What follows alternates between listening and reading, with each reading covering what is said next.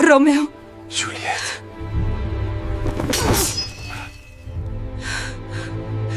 Juliet. The world remembers Romeo and Juliet as the greatest love story ever told, but that is not the real shock. The real shock is that this story was never just about love. It was about youth walking straight into a world already poisoned by hatred. It was about two hearts meeting at the exact moment history, family, pride, and fate were ready to crush them. Shakespeare called them star-crossed lovers, and from that single phrase he told us something terrifying. This love was beautiful from the beginning, but it was also doomed from the beginning. That is what makes the story so haunting. Because when most people hear the name Romeo and Juliet, they think of romance, moonlight, and devotion. But beneath that beauty is panic. Beneath that passion is danger. And beneath every whispered promise is a question that still hurts centuries later. What if love is real, but the world around it is too broken to let it live? This is not just the story of two famous names. It is the story of love racing against death. For centuries, Romeo and Juliet has survived not because it is simply tragic, but because it feels painfully familiar. At its heart, this is the story of something almost everyone understands. Wanting something pure in a world that is already complicated. Wanting love, freedom, tenderness, while family, pride, and old wounds stand in the way. That is why this story never grows old. People do not return to it just to watch two young lovers suffer.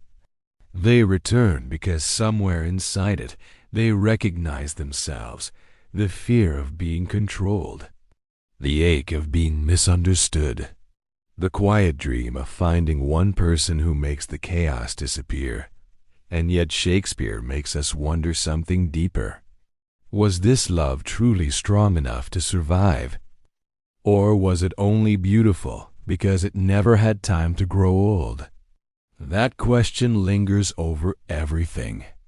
As Juliet would later say, "My only love sprung from my only hate." And in that one line, the whole tragedy begins to open. Not just as romance, but as a wound. Long before his version reached the stage, the tragedy had already lived through other voices, other pages, other centuries. Its roots stretch back to Arthur Brooks' poem, The Tragical History of Romeo and Juliet, and even earlier to Luigi de Porto, who gave the lovers their names and placed them in Verona, between the feuding houses that would become legendary. And behind all of that, there are even older shadow stories like Pyramus and Thisbe, where love and death were already tangled together. But Shakespeare saw something others had not fully unlocked. He did not just retell an old romance. He transformed it. He took a familiar tragedy and filled it with breath, music, speed, longing, and unbearable intimacy. So the surprise is not that he borrowed the story. The surprise is that he made the world forget the earlier versions. And remember only Romeo and Juliet. What Shakespeare changed is exactly why Romeo and Juliet became immortal. The older versions often felt like warnings. They judged young love. They warned against disobedience. They spoke as if the tragedy existed mainly to teach a lesson. But Shakespeare did something far more powerful. He removed much of that cold moral distance and brought the pain closer to the heart. He made the lovers feel young, impulsive, tender, and frighteningly real. He also compressed the story into just a few days, which gives everything a breathless urgency. That is why every choice feels heavier, every kiss feels more dangerous. Every promise sounds like it is trembling on the edge of disaster. You can feel it in lines like, "These violent delights have violent ends." In one sentence, Shakespeare gives us beauty, warning, and doom all at once. And that is the genius of it. If that line already gave you chills, comment 1. Verona is often remembered as a beautiful city of romance. But in Romeo and Juliet, it does not feel safe. It feels tense. Behind the music, the streets, and the moonlit air, there is an old hatred that never truly sleeps. The feud between Montague and Capulet is not just a family argument. It is inherited anger. Pride passed down like a weapon. A cold, invisible wall that existed long before Romeo and Juliet ever met. That is what makes their love feel so fragile and so intense. They are not falling in love in peace. They are falling in love inside a battlefield dressed as a city. And that contrast is heartbreaking, because the world around them is full of beauty, yet poisoned by bitterness. Before the tragedy fully unfolds, Shakespeare lets us feel one painful truth. Sometimes young hearts are forced to carry wars they never started. When Romeo and Juliet first meet, everything happens with stunning speed. A glance becomes wonder. A few words become connection. And almost before they understand what is happening, their hearts are already moving toward each other. Too sudden, too young. But Shakespeare does not write it as something shallow. He writes it like recognition. In a world full of noise, violence, and expectation, they suddenly feel seen. Not admired from a distance. Not judged by a family name. Seen. That is why their first exchange feels so alive. It is playful, tender, and almost sacred. Even in the middle of a crowded party, it feels as if the world briefly disappears. And beneath the sweetness, there is already tension. Because the more beautiful the moment becomes, the more we begin to fear it. This is not just young love rushing forward. It is two lonely souls finding shelter in each other. The famous balcony scene is often remembered as pure romance. Moonlight, longing, two young hearts speaking into the night. But what makes the moment unforgettable is not just beauty. It is pain hidden inside beauty. She is not asking where he is. She is asking why he must be Romeo, why the boy she loves must belong to the family she is supposed to hate. That changes everything. Suddenly, the scene feels deeper, sadder, and far more dangerous. Juliet is not simply dreaming. She is already confronting the cruel truth that love alone may not be enough. And that is why the moment still hurts after all these centuries. Because beneath the softness of the night, Shakespeare places a wound.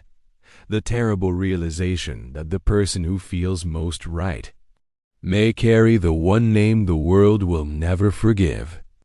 This scene is not unforgettable because it is romantic. It is unforgettable because it is defiant. In that quiet exchange, Romeo and Juliet are not just confessing love. They are trying to break free from the identities the world forced onto them. Juliet questions the meaning of a name. Romeo is ready to cast his away. What's in a name? That which we call a rose by any other word would smell as sweet. That line is soft, but it carries a quiet rebellion. Juliet is saying that love sees the soul before it sees the label. And for one brief moment, it feels almost possible. Because we know how fragile it is. We know the world outside that window is still waiting. So this is not just a love scene, it is a dream of freedom. If that line still feels beautiful today, comment 9. From the very beginning, Romeo and Juliet feels haunted by something larger than choice. Shakespeare calls them star-crossed lovers, and with those words, love is no longer only tender. It becomes ominous. It feels as though the sky itself has already turned against them, and yet the tragedy is not built by fate alone. That is what makes it so painful. Again and again, disaster grows through small human moments: haste, anger, fear, misunderstanding, a duel, a desperate plan, a message delayed by plague. Each step seems tiny by itself, but together they become irreversible. That is why the story keeps disturbing people, because it never lets us rest in one simple answer. Was this doomed from the start? Or did it fall apart because too many fragile things went wrong at once? In Romeo and Juliet, fate feels real, but so does accident. And between those two forces, two young hearts are slowly crushed. Shakespeare fills Romeo and Juliet with images of light and darkness, and that contrast gives the story its strange, aching beauty. In that instant, she becomes warmth, hope, and something almost holy. But Shakespeare does something more haunting than simple romance. The lovers share their most intimate moments in darkness, hidden from the world. Meanwhile, the violence of Verona erupts in daylight, where pride, rage, and public honor rule the streets. That reversal matters. It suggests that love must hide to survive, while hatred walks openly in the sun. And suddenly, the imagery becomes heartbreaking. Light is not just beauty. Darkness is not just danger. In this story, night protects love, and day exposes it to death. That is why every tender moment feels luminous. And already slipping away, time is one of the cruelest forces in Romeo and Juliet. Not because it moves slowly, but because it moves far too fast. The entire tragedy unfolds in only a few days. They meet, they fall in love, they marry, they lose control. Fragile, unfinished, there is no safe distance between hope and disaster. One joyful moment can turn into grief almost instantly. One decision made in passion can echo like a death sentence. That is what makes the play feel so painful. Romeo and Juliet are not destroyed after years of failure. They are destroyed before they even have the chance to grow. And maybe that is the deepest sorrow of all.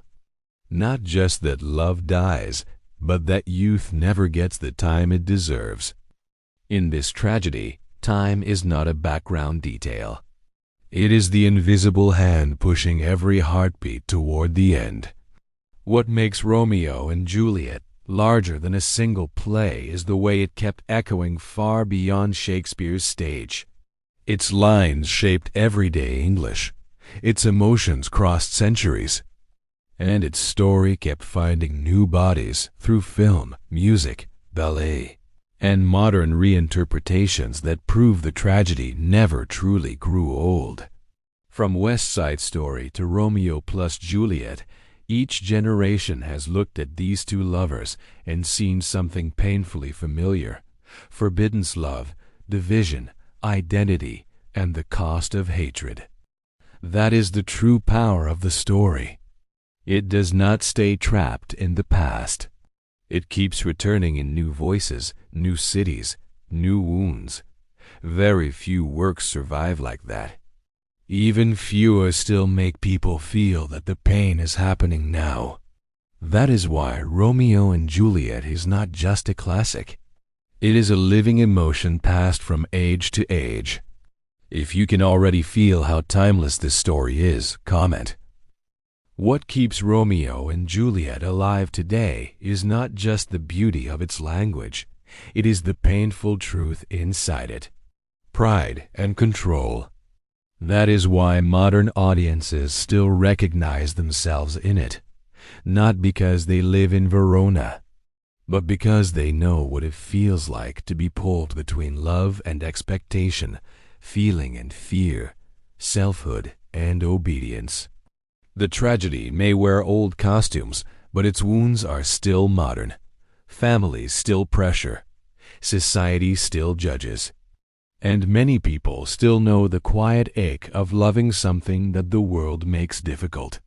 That is why Romeo and Juliet never stays frozen in the past. It keeps breathing. Because beneath the poetry and the legend, Shakespeare gave us something painfully human, the longing to choose our own hearts, before the noise of the world chooses for us. In the end, the world remembers Romeo and Juliet as a love story, but maybe its greatest power is not in how it ended. Maybe its greatest power is in what it still asks of us. But because the world around them refuses to change, that is why this tragedy still moves people. Not only because it is sad, but because it reminds us that love, truth, and courage often appear in the youngest hearts first. And sometimes, even when those hearts are broken, they leave behind a lesson stronger than fear. Romeo and Juliet could not save themselves, but their story outlived the hatred that killed them, and that means something. It means tenderness can survive violence. It means beauty can outlast cruelty. It means even a broken story can keep teaching the world how to feel. And now I want to hear from you. What do you think hurt the most in this story, and why? Leave your opinion in the comments.